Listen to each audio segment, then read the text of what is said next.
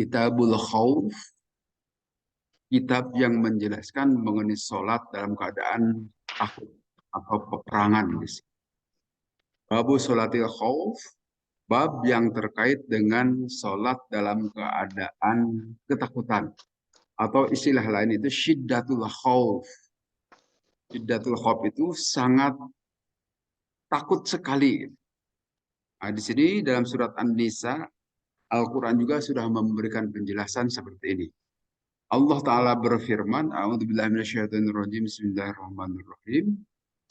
Wa idza darabtum, dan apabila kalian melakukan perjalanan fil ardi, di muka bumi, falaisa, maka tidak ada alaikum kepada kalian junahun dosa antak suruh untuk melakukan qasar, untuk mengurangi sholat, minas sholati dari sholat, in khiftum, apabila khawatir kalian semua, ayyabtinakum, memfitnah kepada kalian semua, siapa alladzina kafaru, orang-orang kafir. Innal kafirina, sesungguhnya orang-orang kafir, kan ada itu kafirin, lakum, bagi kalian semua, aduwwam mubina, musuh yang sangat nyata. Wa idza kunta, dan apabila engkau ada wahai Nabi, fihim, di antara para sahabat, faqamta, maka engkau dirikan lahum, dengan para sahabat tadi, as-sholata, sholat, fal takum, maka hendaklah berdiri ta'ifatun, satu kelompok, minhum, dari para sahabat, maka besertamu. Wal ya'khudhu, dan hendaklah membawa itu para sahabat yang sholat itu, aslihatahum, terhadap senjata-senjata mereka, berupa pedang atau sekarang bedil.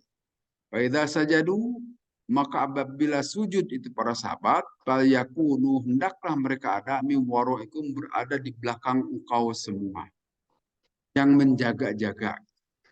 Wal ta'ti, dan hendaklah ada ta'ifatun, satu kelompok, ukhra, yang lainnya, lam yusollu, yang tidak melakukan sholat, fal yusollu, maka hendaklah mereka nanti sholat, maka besertamu. Wal ya'khudhu, dan hendaklah mengambil, berjaga-jaga, hidrohum, dengan kewaspadaan mereka, wa aslihatahum, dan juga membawa senjata-senjata mereka. Wadda, dan ingin, siapa alladzina, orang-orang kafaru, yang kufur itu orang-orang, lau taghfuluna, kalaulah kalian semua lalai, an aslihatikum, dari senjata-senjata kalian, wa amtiatikum, dan dari harta-harta benda kalian, wa yamiluna, maka kalian semua cenderung, alaikum, terhadap kalian, mailata wahidah, terhadap satu kecenderungan. Wala junaha, dan tidak ada dosa alaikum, terhadap kalian, in kana, kalaulah ada, bikum, di kalian semua, azam mim matorin, kesulitan pada saat hujan, au kuntum maradha, atau keadaan kalian semua itu sakit, antadum aslihatakum, untuk menanggalkan atau melepaskan senjata-senjata kalian.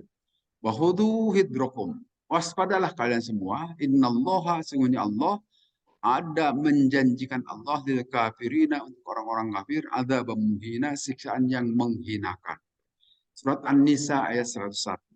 Jadi ini ayat merupakan dasar untuk pelaksanaan sholat qasar dan juga sholat khauf. Sholat dalam keadaan ketakutan atau dalam peperangan atau dalam kondisi-kondisi yang mencekam. Nah, di sini kita bisa mengambil pelajaran bahwa sholat itu tidak ada lain kecuali harus dilaksanakan kapanpun. Kalau puasa boleh kita tidak puasa pada saat sakit. Kalau zakat apalagi, kalau tidak punya untuk apa yang dijakati, tidak perlu zakat. Haji juga begitu, hanya bagi mereka yang mampu saja haji itu. Dan itu pun hanya seumur hidup sekali. Tapi yang namanya sholat tidak boleh pernah ditinggalkan. Ini buktinya. Sebagai bukti bagi kita semua ya. Dalam keadaan perang saja seperti ini, Al-Quran mengajarkan supaya tetap lakukan sholat. Tidak boleh pernah ditinggalkan sholat. Nah, bagi kita barangkali tidak dalam peperangan, dalam keadaan sakit, dalam sakit juga tetap harus sholat.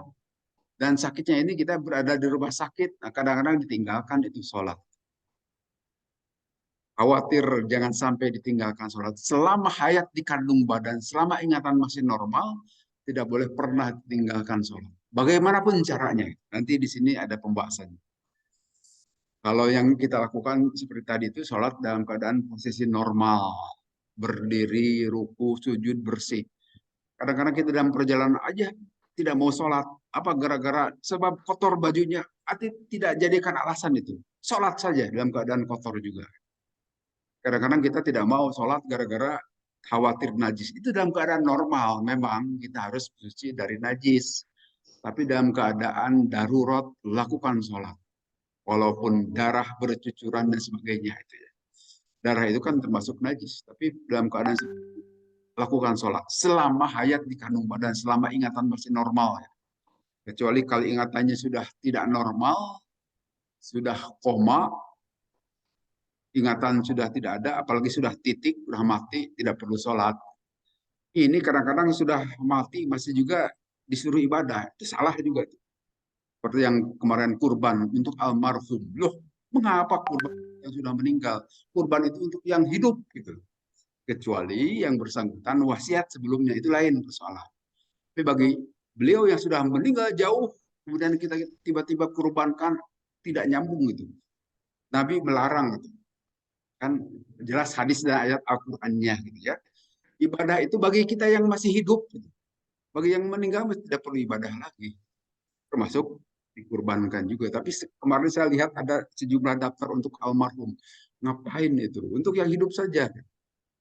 Tapi sebelumnya tidak ada penjelasan mengenai kurban. Kembali lagi ke sholat di sini.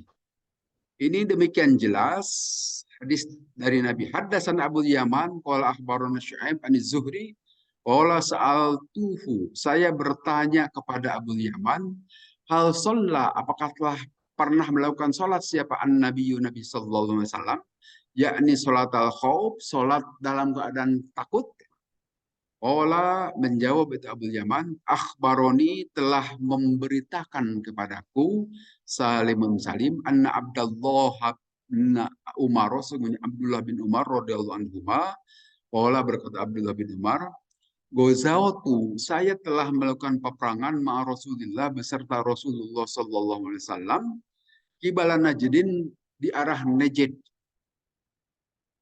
Bahwa Zainal Adwa, kami berhadapan dengan musuh, pasawabna lahum. Kami membuat soft barisan. Pakoma, maka berdiri Rasulullah Sallallahu Alaihi Wasallam yusalli lana, salat beserta kami, Rasulullah sebagai imam. Pakomat, maka berdiri to'ifatun, satu kelompok mahu beserta Rasulullah, tusolli, melakukan sholat. Wakbalat, dan menghadapi to'ifatun, sekelompok yang lainnya, ala aduwi, terhadap musuh. Warka, dan ruku siapa Rasulullah SAW biman, dengan orang mahu yang ada dengan Rasulullah, wasajada, dan sujud Rasulullah, sajadata ini dua sujudan. Suman soropu, kemudian jamaah ini berpaling melakukan sholat sendiri, maka anak Taifah berpindah dengan tempatnya kelompok allati lam tusalli, yang belum sholat.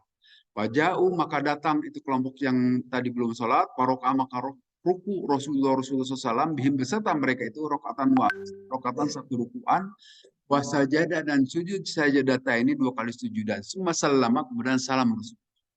Pakoma, maka berdiri kullu wahidin, masing-masing minhum di antara mereka itu, paroka'a, maka ruku linapsi, untuk dirinya, rokatan wasajada sajadata ini, dan menyelesaikan sujudnya dua kali sujudan. Jadi maksudnya gini Pak, ini berbeda nih tata cara sholat khauf dengan sholat normal. Sholat dalam keadaan ketakutan, kita lakukannya juga di hutan mungkin ya, kalau peperangan. Nanti ada videonya, saya perlihatkan. Contoh sholat khauf. Jadi, katakanlah kita membuat dua saf. Katakanlah kita dalam satu peloton. Satu peloton itu kira-kira 40 orang barangkali ya. Atau ya satu peloton aja mungkin 40-an orang gitu. 20 di depan, 20 di belakang. Gitu. Nah, 20 pertama, sholatnya 2 rakaat nih, Pak. 2 rakaat, walaupun duhur.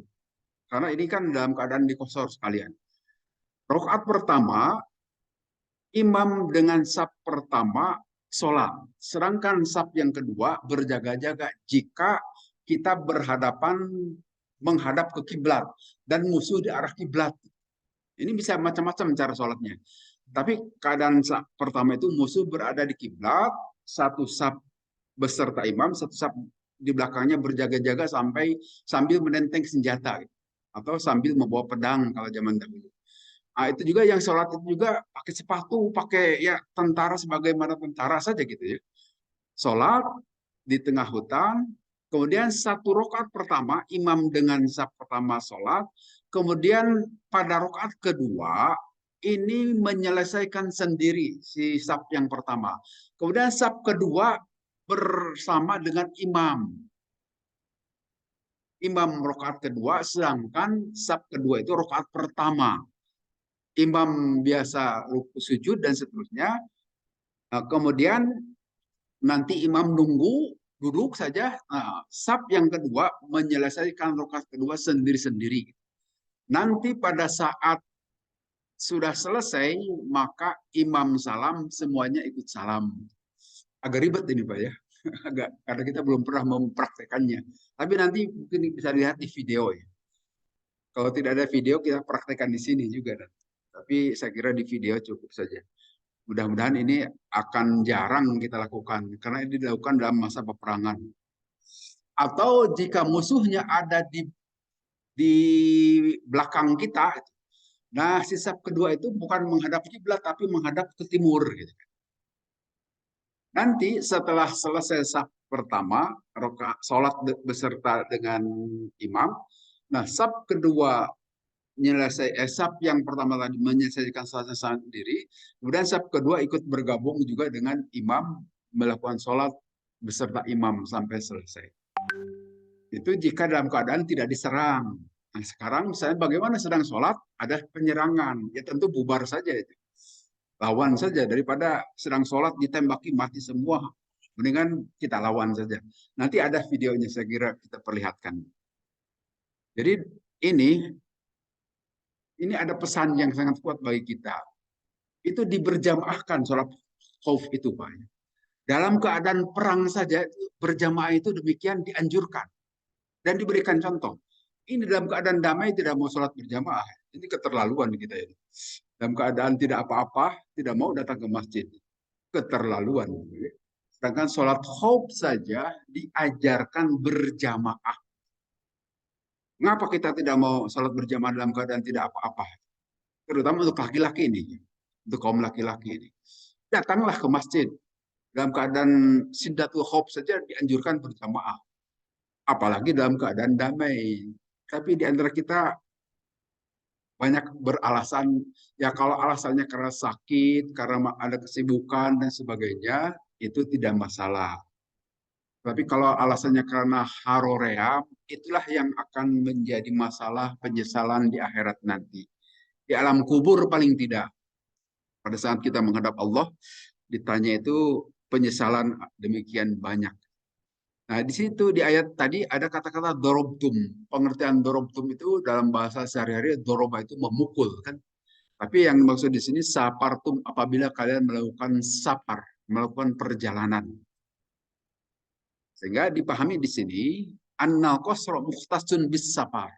Bahwa sholat kosor itu hanya dikhususkan dalam keadaan di perjalanan.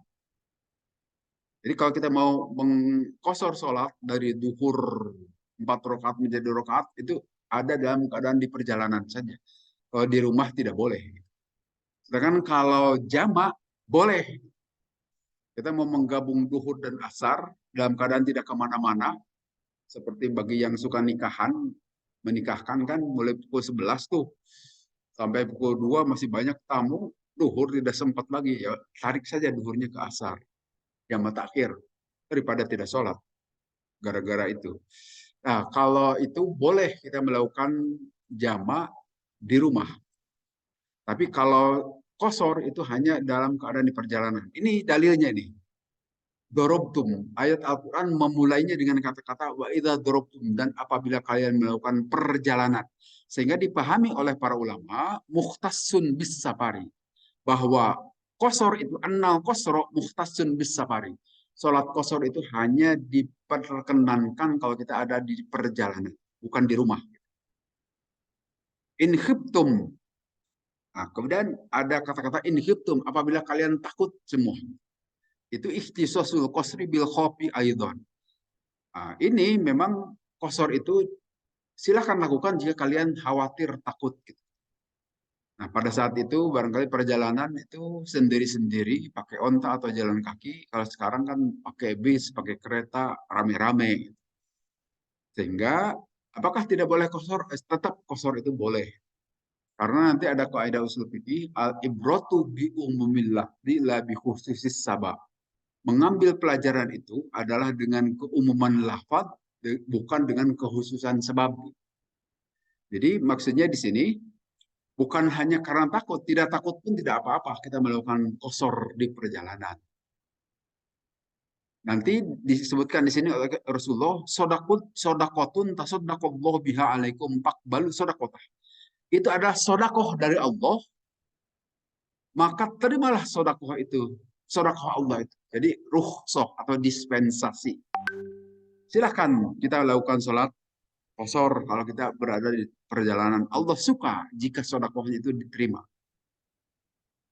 Kemudian sabata al-qasru fil amni bibayanil sunnah.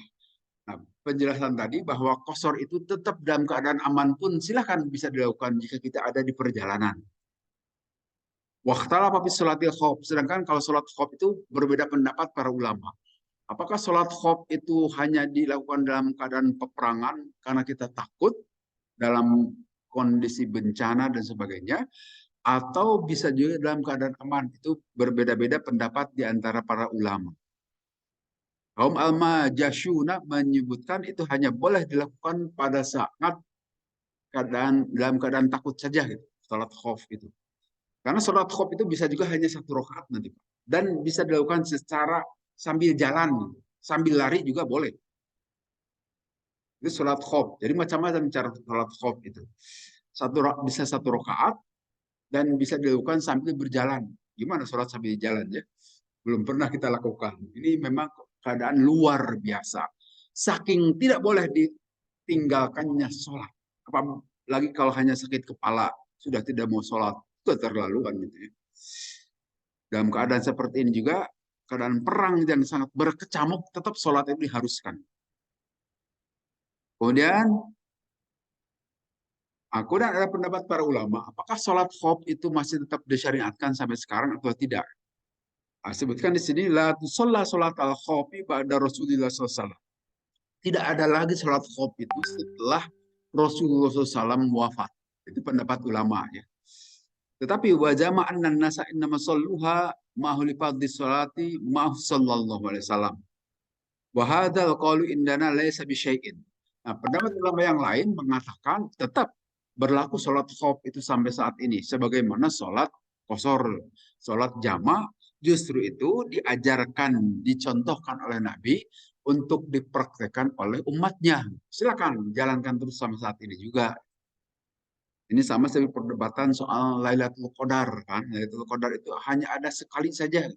Tapi ada yang mengatakan setiap tahun juga ada. Nah, kita yakini setiap tahun ada.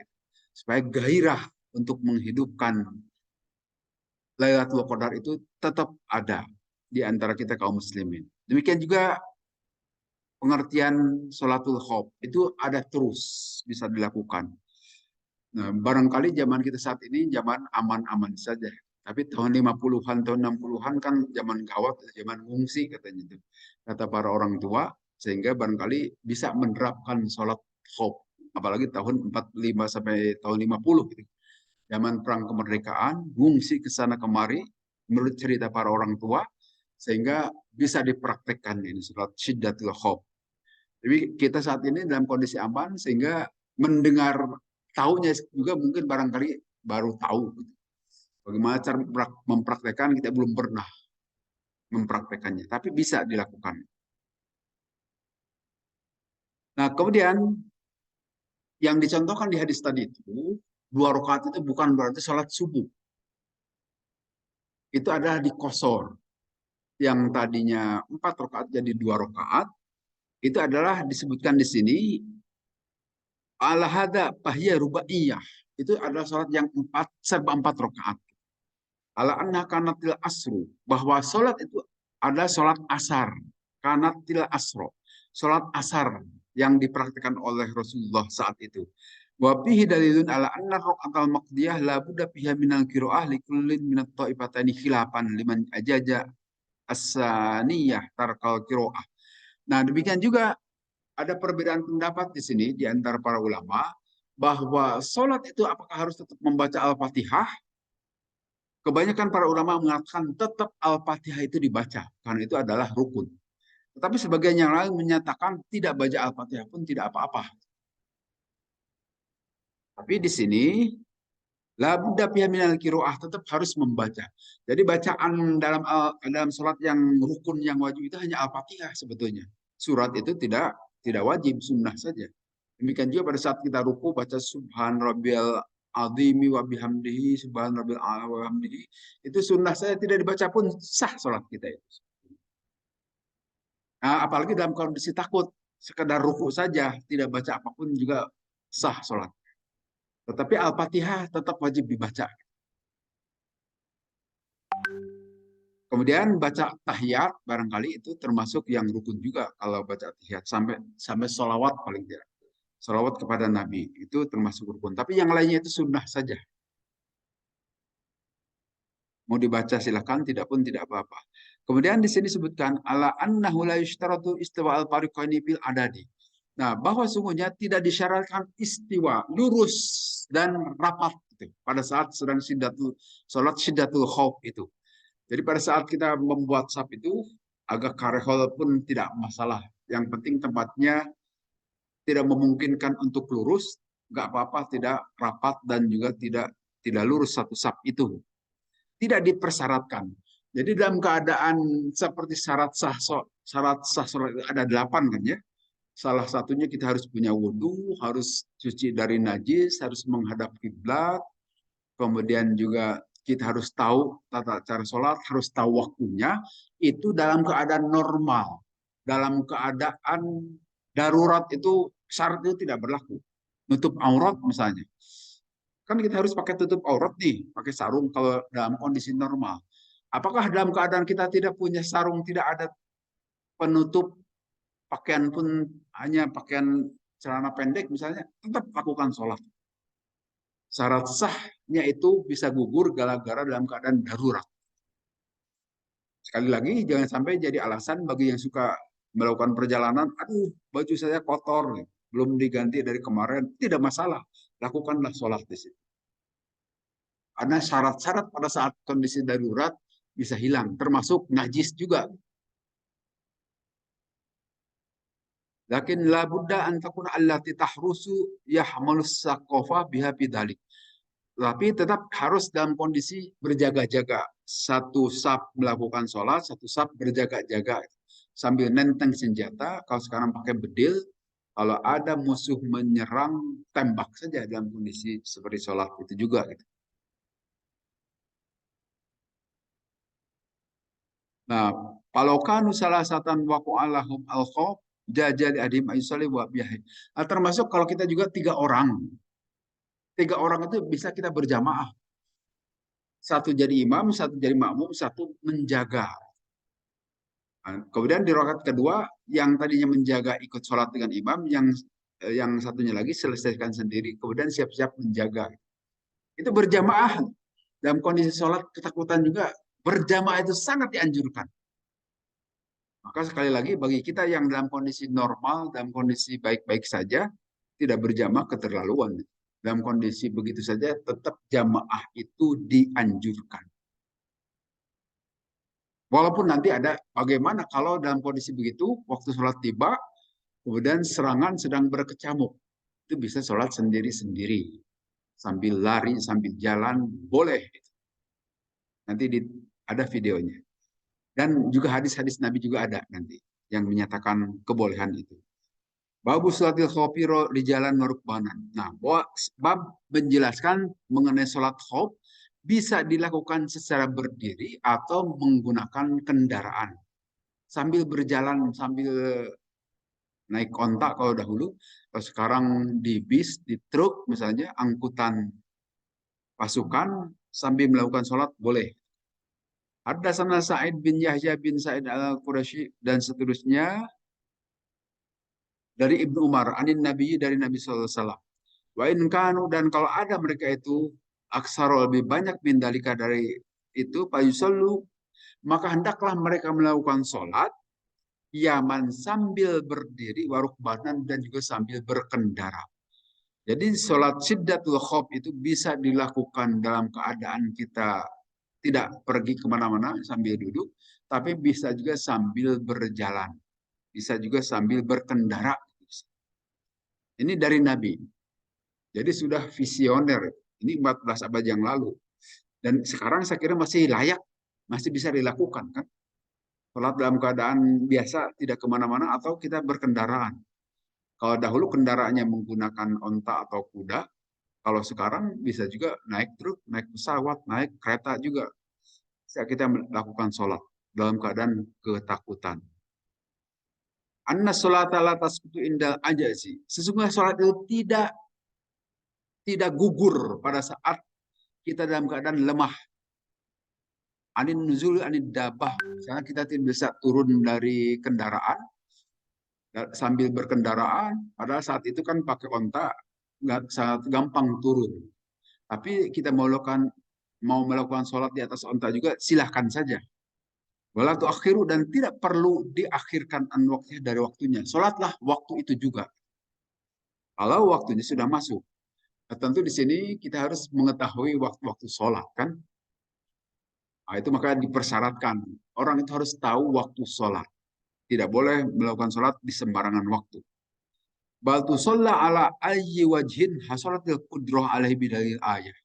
Nah, pada saat kita berkendara itu, sholat itu kan salah satu syaratnya harus menghadap kiblat. Tapi pada saat berkendara seperti itu tidak apa-apa, kita tidak menghadap kiblat juga.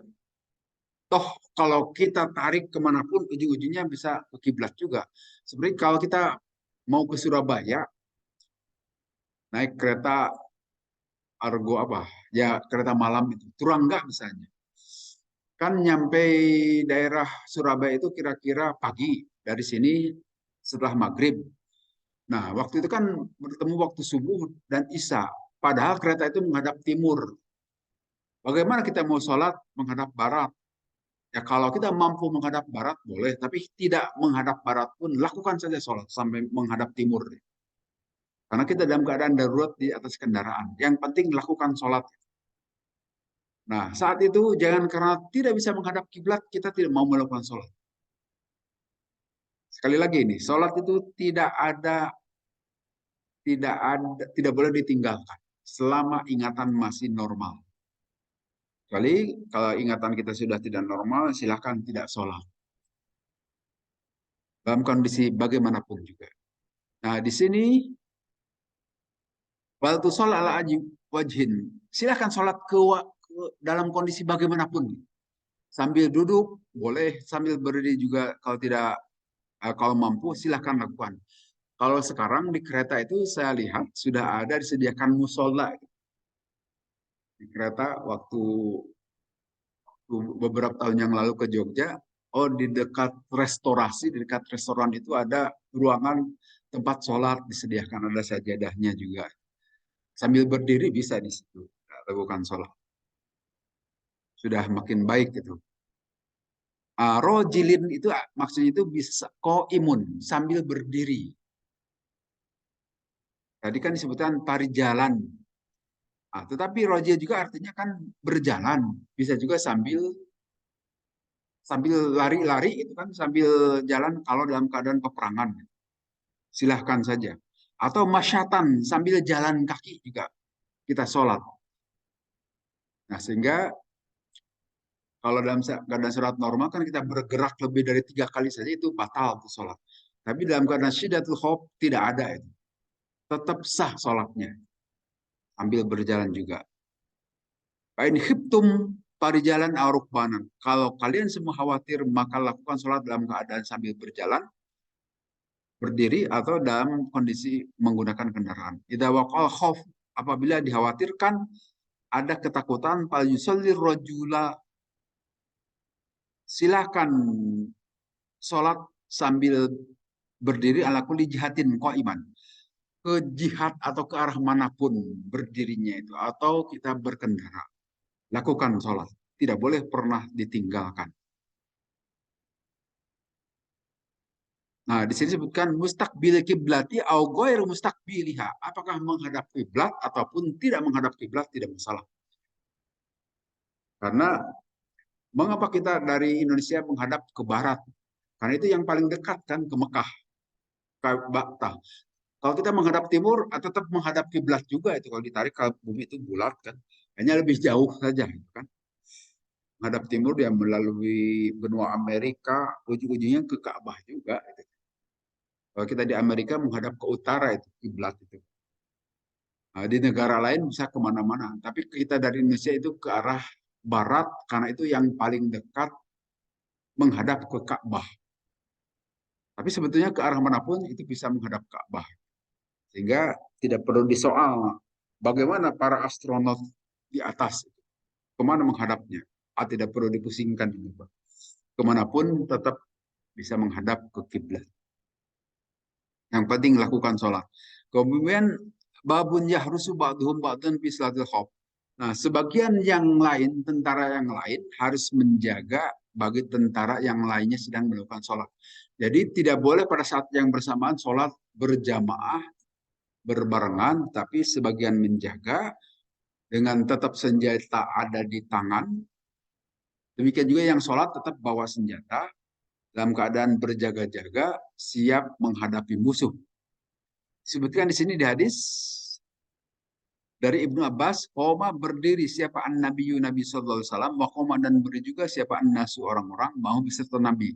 Maka baro maka takbir Nabi, wa baru dan bertakbir juga itu para orang-orang mau beserta Nabi. Waroka dan ruku Nabi, waroka nasun dan roka berruku juga orang-orang minhum dari itu para sahabat. Minhum itu menunjukkan tidak semuanya, tapi sebagian dari sahabat. Sebagian lain berjaga-jaga. Suma sajadah kemudian Nabi bersujud wasajadu ma'hu dan sujud orang-orang beserta Nabi. Suma qoma lisaniyah kemudian berdiri untuk rakaat kedua, faqoma maka berdiri alladzina sajadu. Orang-orang yang telah sujud tadi waharosu dan mereka berjaga-jaga ikhwanahum terhadap saudara mereka. Wa atat dan datang atau ibatu ukhro kelompok yang lainnya wa karokau maka mereka ikut ruku wasajadu dan sujud mau beserta Nabi wan nasu dan orang-orang kulhum keseluruhannya fi sholatin dalam keadaan sholat walakin ya harus tetap mereka tetap berjaga-jaga ba'duhum ba'dan sebagian yang lain terhadap sebagian yang lainnya tetap saling mengamankan di sini. Nah, idza kana adu fi jihatil kiblat fala yaktarifuna wal hal hadi. Apabila musuh itu ada di arah kiblat kita, jadi kita berhadapan juga dengan musuh, maka buatlah barisan yang rapih, gitu. Bisa dibuat barisan. Tapi apabila musuh ada di luar kiblat kita, kiblat ke arah ke sana, tapi musuh ada di belakang kita atau di samping-samping kita, maka itu pun silahkan menghadap ke musuh pasukan yang menjaga tadi. Yang lainnya tetap menghadap kiblat yang sholat. Di sini disebutkan oleh Ibnu Abbas, Faradallahu sholat ala lisan nabiyikum telah memardukan, telah mewajibkan sholat Allah kepada melalui lisan Nabi kalian fil hadri dalam keadaan hadir arba'an 4 rakaat. Salat duhur, asar, dan isya 4 rakaat. Wabis sapari dan dalam keadaan sapar, dalam keadaan perjalanan rakaat ini hanya 2 rakaat saja. Wabil khaufi dan dalam keadaan salat khauf rakaatan hanya 1 rakaat. Ini perkataan Ibnu Abbas inilah yang nanti diterjemahkan bahwa salat syiddatul khauf itu bisa juga 1 rakaat. Apalagi kalau dalam keadaan berkecamuk perang, 1 rakaat cukup. Yang penting tidak boleh pernah sholat itu ditinggalkan. Sekali lagi pesannya demikian kuat ya. Jadi kalau hanya sekedar sakit, kita yang menunggunya harus mengingatkan. Barangkali orang yang sakitnya lupa, merasakan sakit juga mungkin wah sampai tidak ingat sholat. Nah, yang menunggunya itulah yang harus mengingatkan. Tapi kalau sakitnya tidak terlalu, mudah-mudahan yang bersangkutan ingat. Wabil iktisori fil khofi ala qatin wahidin yakul Ishaq wasori. Demikian para ulama yang lain, Imam Ishaq, Imam As-Sauri, mengikuti pendapat Ibnu Abbas bahwa boleh sholat khof itu rakaatan hanya satu rakaat saja. Wahidan, satu rakaat saja. Kemudian bab sholat indah munahadatul khusun waliqa'il adubi. Bab pada saat kita berjaga-jaga, kemudian juga bertemu dengan musuh. Sebutkan di sini, sholatnya bisa menggunakan imaan, bisa berisyarat. Kullam ri'im li nafsi, masing-masing orang untuk dirinya sendiri silahkan. Nah ini yang maksud satu rakaat tadi barangkali. Yang dilakukan oleh sendiri-sendiri, tidak perlu berjamaah. Sholatnya hanya dengan isyarat saja. Dalam keadaan diserang, musuh sedang menembak dan sebagainya, bagaimana kita mau melakukan sholat? Boleh sambil kita nembak juga, tetapi ingat kita saat itu sedang melakukan sholat dengan isyarat saja. Sujudnya menggunakan isyarat mata misalnya, rukunya juga begitu, disebutkan di sini untuk masing-masing diri.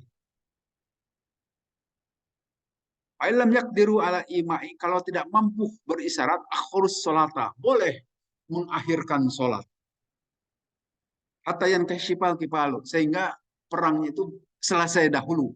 Auyak manu atau dalam keadaan aman. Fayusallu ini maka sholat 2 rakaat dalam keadaan aman.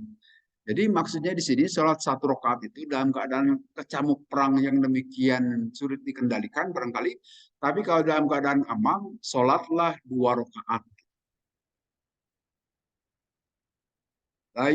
Layu zihimul takbiru wa yuhiruha hatta ya'manu.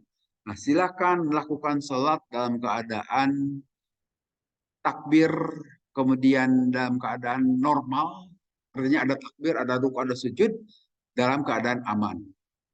Tapi dalam keadaan kecamuk perang bisa menggunakan isyarat. Itu menurut pendapat para ulama. Hadis berikutnya haddatsana Yahya qala haddatsana Waqi'an Ali dan seterusnya dari Jabir bin Abdullah. Ja'atlah datang Umar Sayyidina Umar yang Khandaqi pada perang Khandaq tahun ke-5 Hijrah. Faja'ala maka ada itu Sayyidina Umar ya subuh memaki gitu ya. Para Quraisyin terhadap kafir-kafir Quraisy banyak dulu dan berkata Sayyidina Umar, ya Rasulullah, ma salaitul asro. Saya belum salat asar Rasulullah. Hatta kadati syamsu sehingga hampir saja matahari itu antagiba tenggelam. Pakola maka menjawab Nabi SAW, wa ana aku pun belum salat asar. Wallahi demi Allah, masalah itu aku belum melakukan salat asar ba'du setelah memperoleh serangan dari orang-orang kafir Mekah. Ola panazala ila Buthan, akhirnya para sahabat dan dengan Nabi turun ke wilayah yang disebut dengan Buthan. Kata doa maka wudhu Nabi wasolla dan sholat Nabi al-asr sholat asar ba'dama ghobatis syamsu setelah matahari tenggelam. Summa sholat kemudian setelah itu lil maghribi untuk sholat maghrib ba'dah setelah matahari tenggelam. Jadi ini saking tidak boleh ditinggalkannya sholat. Sholat maghrib itu atau sholat asar itu kan boleh dijamak dengan duhur, tapi duhurnya sudah sholat. Ini tidak sempat lagi melakukan sholat saat perang Al-Ahzab atau perang Khandaq tahun ke-5 Hijrah yang saat itu Nabi dengan para sahabat membuat parit kan sekeliling kota Madinah untuk supaya orang-orang Mekah tidak bisa melewati parit itu masuk ke dalam kota. Nah, saking sibuknya menghadapi peperangan saat itu, sampai lupa melakukan sholat asar. Sayyidina Umar yang pertama kali memberitahukan kepada Rasulullah, Rasul saya belum melakukan sholat asar nih. Padahal sudah mau tenggelam nih matahari. Kata Rasulullah, oh saya juga belum. Saya juga belum sholat asar nih, saking sibuknya menghadapi peperangan. Akhirnya mereka tetap melakukan sholat, walaupun matahari sudah tenggelam, sholat asar. Setelah itu baru sholat maghrib. Jadi dalam keadaan darurat, seperti itulah silahkan. Silahkan lakukan sholat walaupun bukan di waktunya. Dalam keadaan darurat. Ini tidak darurat juga tetap kita mengakhir-akhir waktu sholat. Itu keterlaluan. Tidak kemana-mana, cuma ada di rumah, tidak dalam keadaan perang, sholatnya di akhir waktu. Keterlaluan. Tentu itu bagi muslim-muslim yang baik. Tapi kalau muslim yang sekedar KTP tidak sholat juga mereka.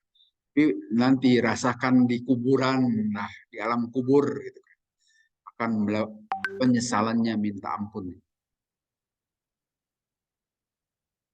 Kemudian di sini ada penjelasan yajiu indal musabaqah raqatan wahidatan yubi biha imaan falam yakdir pasajadatan.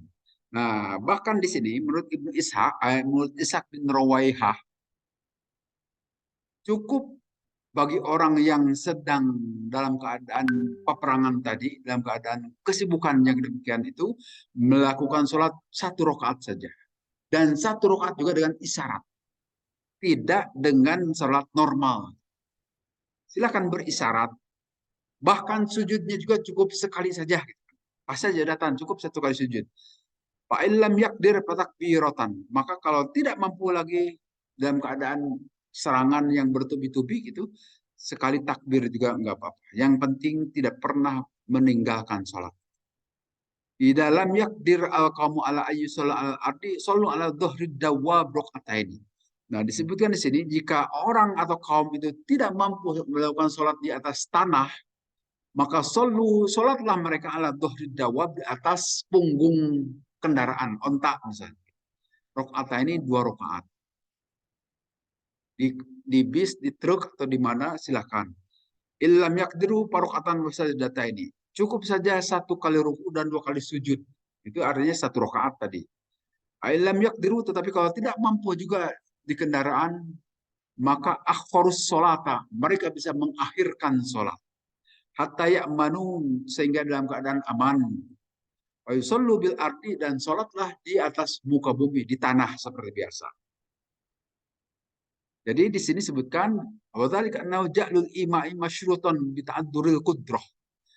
Jadi di sini berisyarat itu bisa dijadikan sebagai bagian dari melakukan sholat dalam keadaan khauf, walaupun mampu dia berdiri, walaupun mampu dia untuk melakukan sujud, ruku dan sebagainya. Tapi dalam keadaan kesibukan seperti itu bisa dengan menggunakan isyarat. Ya, sama seperti kita juga dalam keadaan sakit keras sehingga tidak bisa duduk, tidak bisa berdiri, maka bisa tetap sambil ngagoler, sambil telentang atau nyangigir, dan ruku sujudnya menggunakan isyarat saja. Silahkan. Yang penting jangan sampai ditinggalkan pada saat kita sakit. Terutama bagi yang menunggunya, ingatkan pada yang sakit. Demikian juga bisa saja yang sakit itu lupa bacaannya gitu, bacaan sholat, maklum dalam keadaan yang namanya sakit gitu ya. Kita bacakan saja, kita tuntun. Kalau kita betul-betul sayang kepada yang sakit, kita hanya sayang sekedar diobati, tapi urusan akhiratnya dibiarkan. Jangan dibiarkan, kalau sayang benar, urusan akhiratnya juga harus diperhatikan oleh kita. Nah, dalam keadaan aman, sholatlah 2 rakaat. Itu sholat sidatul khauf. Kemudian babu salati thalib wal maktub, rokiban wa imaan. Bab sholat orang yang mencari dan yang dicari, sambil dalam kendaraan atau juga sambil berisyarat. Nah, disebutkan di hadis di sini, hadasan Abdullah bin Muhammad bin Asma dan seterusnya dari Ibnu Umar, qala bersabda Nabi sallallahu alaihi wasallam, lana kepada kita, lamma roja'a min al-ahzabi, pada saat pulang dari al-ahzab, la yusallina, tidak melakukan, la yusalliyanna, janganlah melakukan sholat hadun, salah seorang, al-asr, sholat asar, illa fi Bani Quraidah, kecuali di Bani Quraidah. Bani Quraidah itu salah satu suku Yahudi kan yang ada di Madinah saat itu. Artinya di tempat Bani Quraidah itulah sholat. Padroka, maka mendapati ba'dhum sebagian yang lain asro terhadap sholat asar fitoriki di jalan.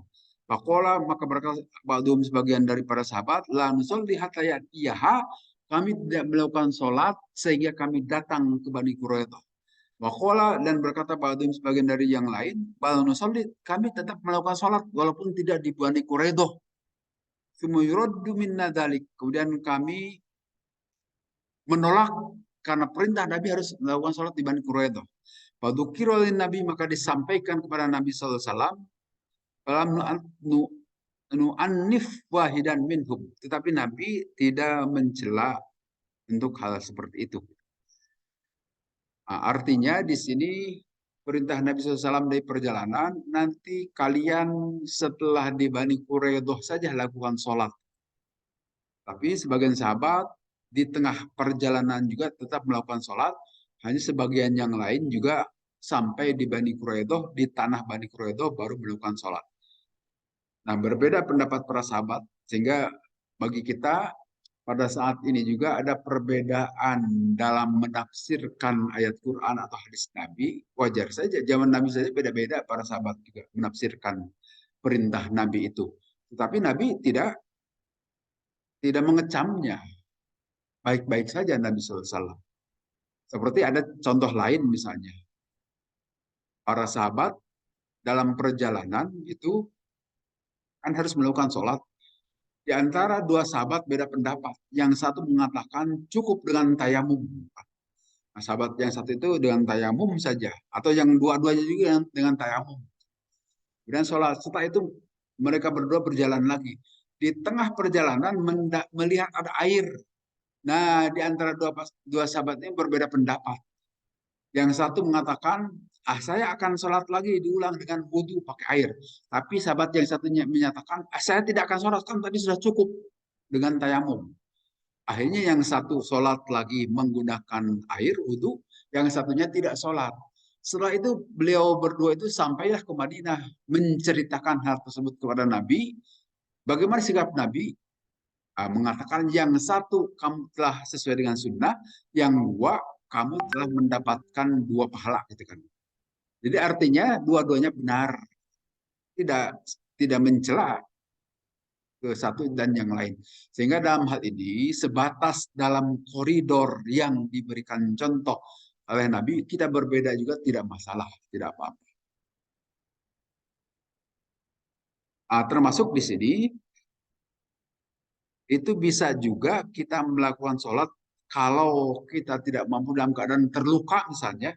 Dalam keadaan terluka, habis peperangan kan tidak semuanya selamat, ada juga yang tertembak lah, ada yang kena bacok dan sebagainya. Dalam keadaan itu boleh sholat menggunakan isyarat, tidak mampu untuk turun. Tidak bisa wudhu menggunakan tayamum. Yang penting lakukanlah sholat. An-nasyidatul khawfi fil matlubi dhahiratun li tahaqqus sababil muqtadolaha. Sesungguhnya syidatul khawf itu harus dilakukan sangat jelas perihal keharusan melakukan sholat syidatul khawf. Idza khafat talibuna idza nazalu bil ardi quwwatal aduwi sallu haitsu wajhahu ala kulli halin. Ada penjelasan lain apabila khawatir mereka yang mengejar musuh gitu kan. Tetapi dalam keadaan katakanlah musuhnya tidak kelihatan atau sudah jauh, maka boleh mereka melakukan sholat haitsu wajhahu kemanapun menghadapnya. Kan di padang pasir belum ada kompas, belum ada HP, tidak tahu kemana arah kiblat, maka menghadaplah kemanapun arahnya. Ala kulli halin, wajjahu ala kulli halin. Silakan menghadap kemanapun. Karena pada hakikatnya kita wajib menghadap kiblat itu pada saat kita tahu bahwa itu arah kiblat. Pada saat kita tidak tahu, kemanapun menghadap sah itu sholat. Tapi setelah itu tahu, oh salah kita itu menghadap ke utara misalnya. Apakah perlu diulangi? Nah, tentu bisa beda pendapat di sini. Tapi bagi yang mau ngulang, boleh-boleh saja. Bagi yang tidak ngulang juga benar saja. Seperti tadi contoh Nabi kepada para sahabat.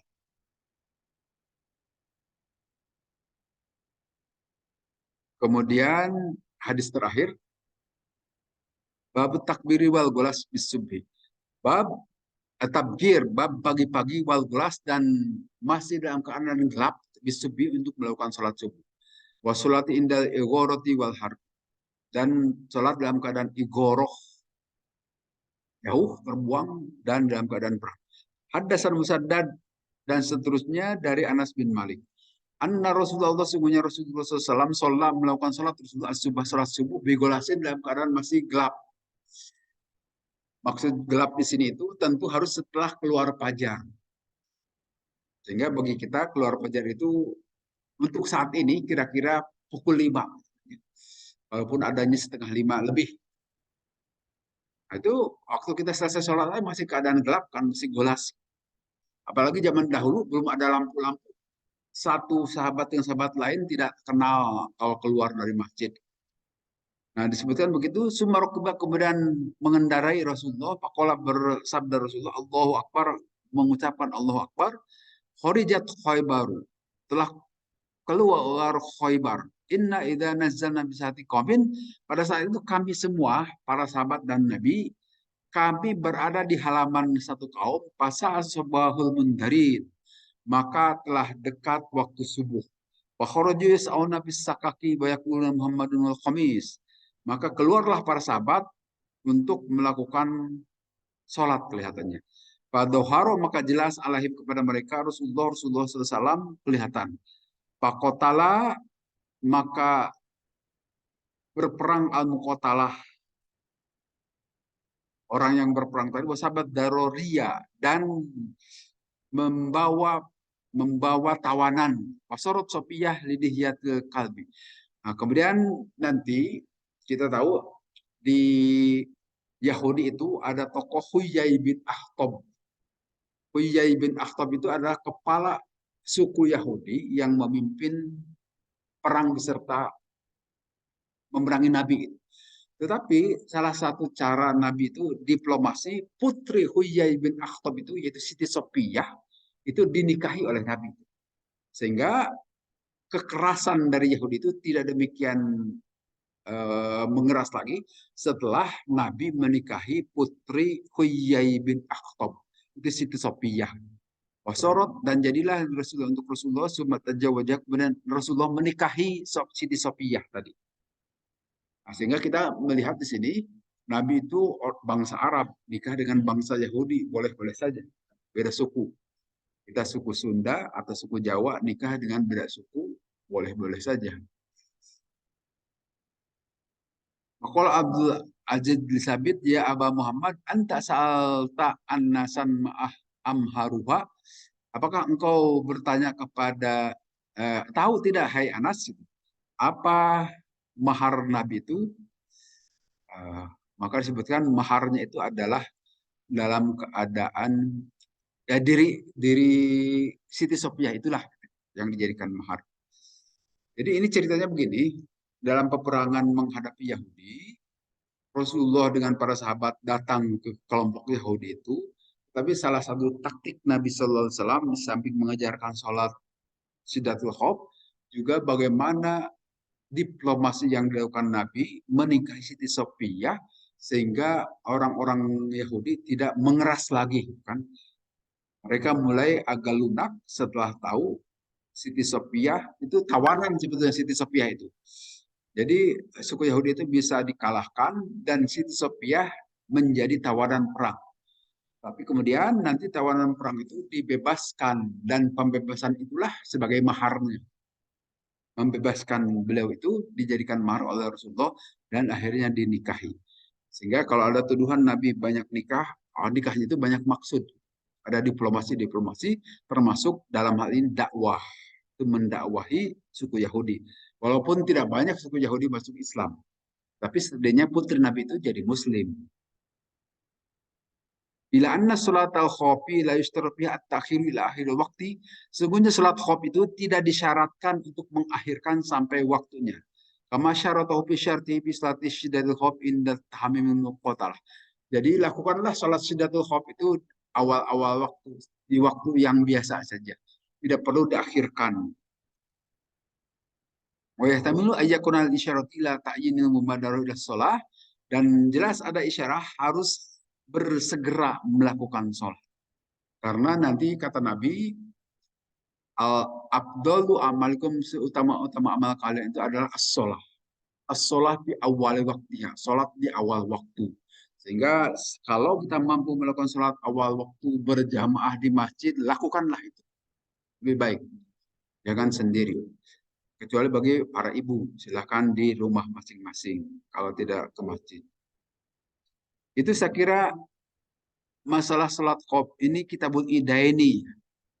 Oh, mangga Pak.